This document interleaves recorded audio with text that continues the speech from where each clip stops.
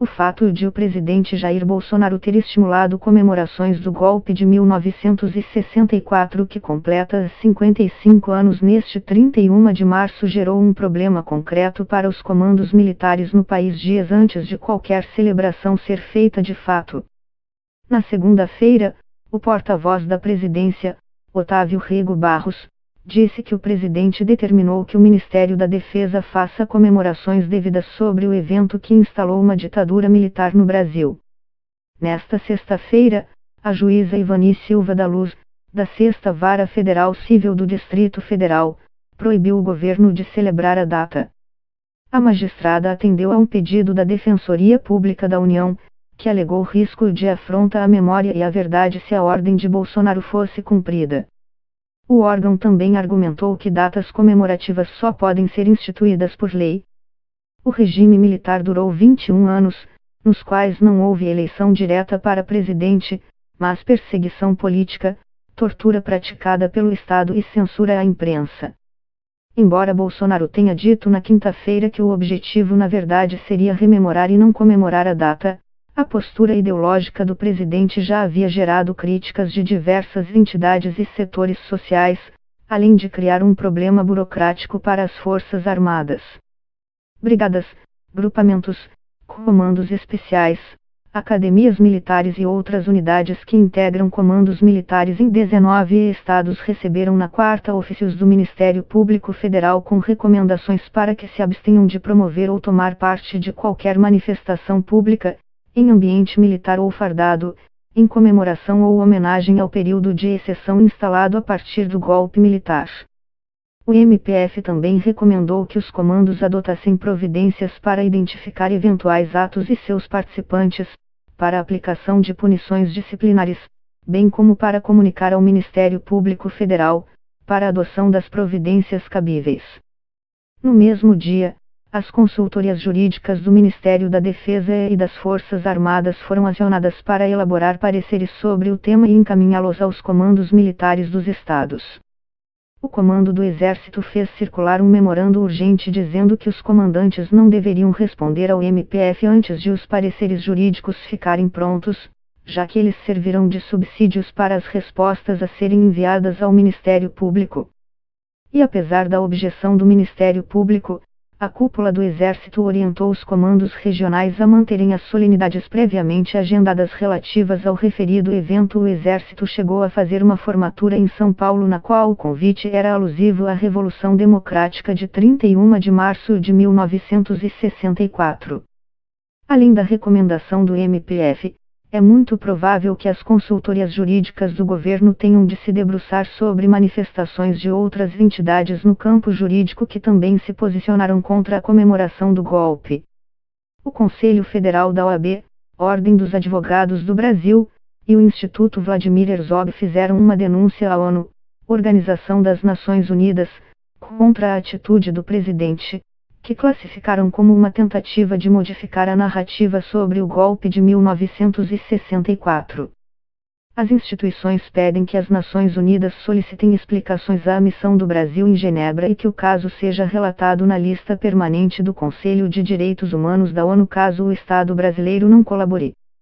O documento afirma que outros membros do governo, como o chanceler Ernesto Araújo, também tentaram fazer a mesma mudança de narrativa, e que essas ações, cometidas no mais alto nível do Estado, são violações dos direitos humanos e do direito humanitário. As recomendações do Ministério Público não têm caráter obrigatório, explica o procurador Júlio Araújo, do Ministério Público Federal do Rio de Janeiro, que fez a recomendação aos militares no Estado. Mas o documento serve como alerta que visa prevenir práticas ilegais. É uma etapa extrajudicial dentro do trabalho do Ministério Público, em que você aponta uma convicção da instituição e se recomenda que alguém corrija uma atitude ou pede uma abstenção, explica Araújo. Ou seja, a recomendação tem caráter preventivo, ela não é obrigatória, mas avisa quem recebe que um eventual descumprimento pode levar a uma ação judicial. Segundo o procurador, a ação coordenada de procurar os comandos militares surgiu da avaliação de vários procuradores que atuam na área de cidadania de que era preciso uma iniciativa. É compromisso do MPF atuar contra uma atitude que viola aspectos constitucionais e legais, explica Araújo.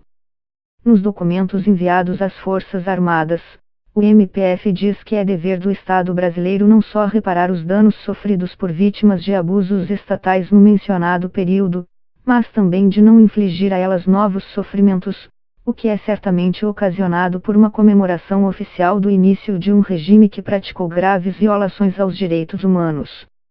Os documentos também afirmam que as Forças Armadas são instituições nacionais permanentes e regulares, destinadas à defesa da pátria e à garantia dos poderes constitucionais, não devendo tomar parte em disputas ou manifestações políticas, em respeito ao princípio democrático e ao pluralismo de ideias que rege o Estado brasileiro. O MPF também cita regulamentos disciplinares da Marinha, do Exército e da Aeronáutica que prevêem como transgressão aos militares da ativa manifestar-se publicamente a respeito de assuntos políticos ou tomar parte em manifestações de caráter político partidário.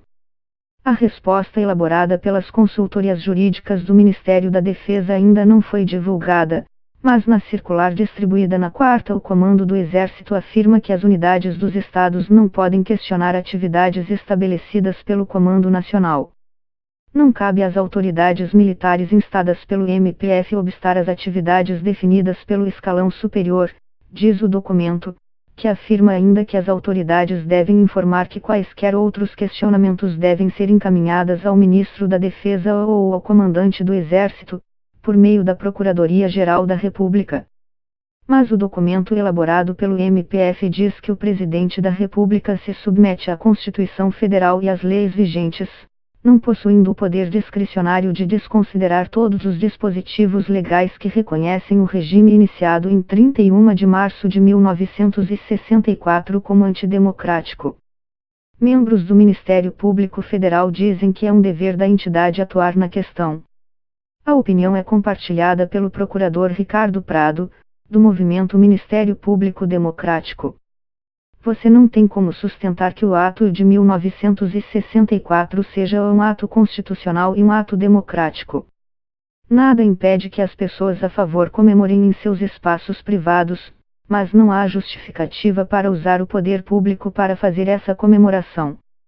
O procurador explica que há uma série de medidas judiciais cabíveis que o MP pode tomar depois, dependendo da forma como essas comemorações forem feitas, incluindo uma avaliação sobre responsabilização por improbidade.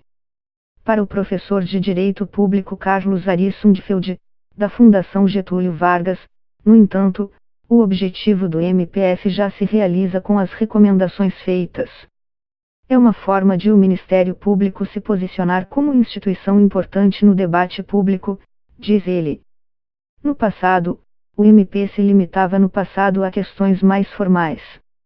Hoje, ele está mandando recomendações, dizendo o que acha. Ele entra no debate público e para isso invoca, claro, questões jurídicas, afirma. E, para o professor, é importante que a instituição se posicione. É uma tarefa de defesa da ordem democrática e dá apoio àqueles que, dentro das Forças Armadas, têm uma visão crítica da ditadura, diz. Para ele, as ações legais servem como forma de manifestação das instituições como o MP e a OAB, mas o mais importante é a discussão que se dá no debate público. A defesa da democracia no Brasil sempre envolveu muitas organizações como a OAB, a Associação de Imprensa, a CNBB, Conferência Nacional dos Bispos do Brasil. É um compromisso que exige ação permanente.